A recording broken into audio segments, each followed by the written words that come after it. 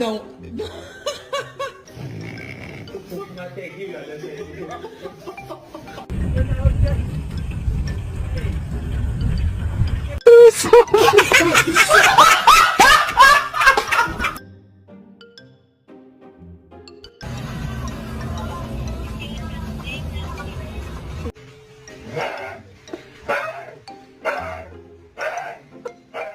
I had a couple Red Bulls.